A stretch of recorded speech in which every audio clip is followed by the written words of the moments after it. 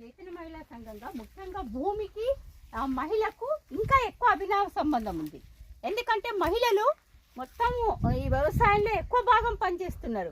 నాట్లు వేసేది వాళ్ళే, తర్వాత భూమి అదే తెంచేది వాళ్ళే, తర్వాత అన్నీ చేసేది వాళ్ళే.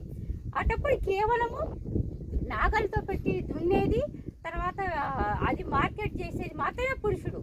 అందుకని ఈ అభినవ సంబంధాన్ని, మహిళలకు భూమికి ఉన్న సంబంధాన్ని ఈ ప్రభుత్వం ఏంటంటే మొత్తం విధ్వంసం చేస్తుంది. ఈ ప్రయత్నాలన్నీ మానుకోవాలి.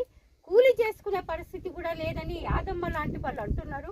అందుకని ఇక్కడ భూమి ఉన్న వాళ్ళైనా సరే, భూమి లేని వాళ్ళైనా సరే అందరూ కలిసికట్టుగా ఎస్సీ ఎస్టీ బీసీలు, తర్వాత రెడ్లైనా ఇక్కడ 10% రెడ్లకు పోయింది, మిగతా ఎస్సీ ఎస్టీ బీసీ వాళ్ళకు 90% పోయింది.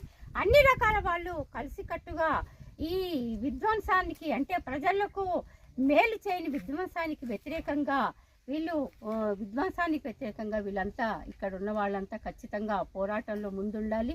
మేము ప్రజా సంఘాలుగా ఇప్పుడు ఏంటంటే మీరు ఖచ్చితంగా ఇక్కడ ఫైట్ చేస్తే మీకు అండగా మేము ఉంటాము.